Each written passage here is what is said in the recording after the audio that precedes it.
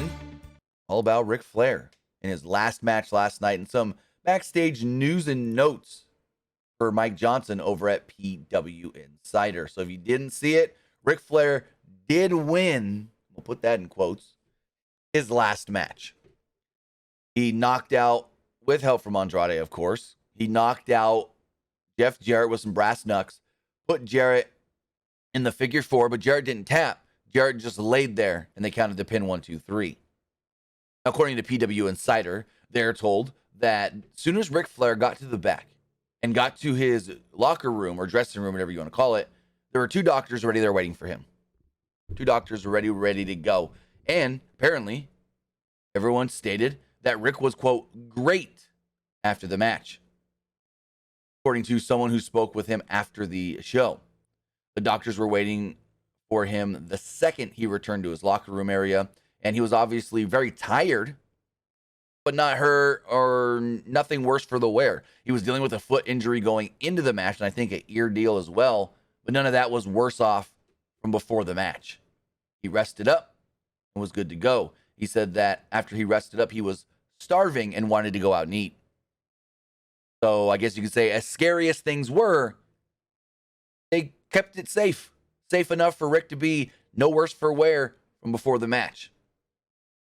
A backstage at the show, but not seen on the broadcast, were Michael Hayes, Mike Lombardi, Shane Helms, Mojo Rawley, the former Mojo Rawley, Jimmy Valiant, Mickey James, Dennis Condrey, the Nasty Boys, Rikishi, Miro, his wife CJ Perry, Magnum TA, and Ray and Dominic Mysterio. Again, none of them were seen on television, but they were all said to be backstage.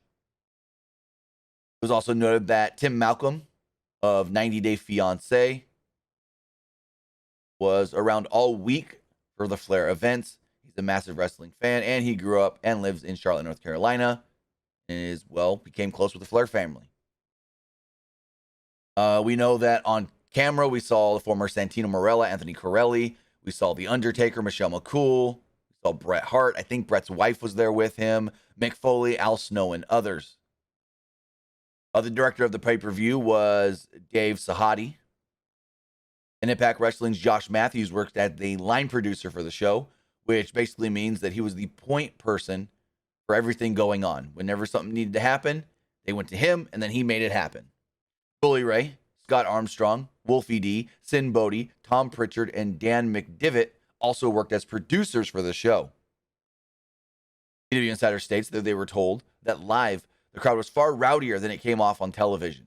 So it sounds like the crowd wasn't mic'd properly, which for a show like this, slapped together, okay, give them the benefit of the doubt.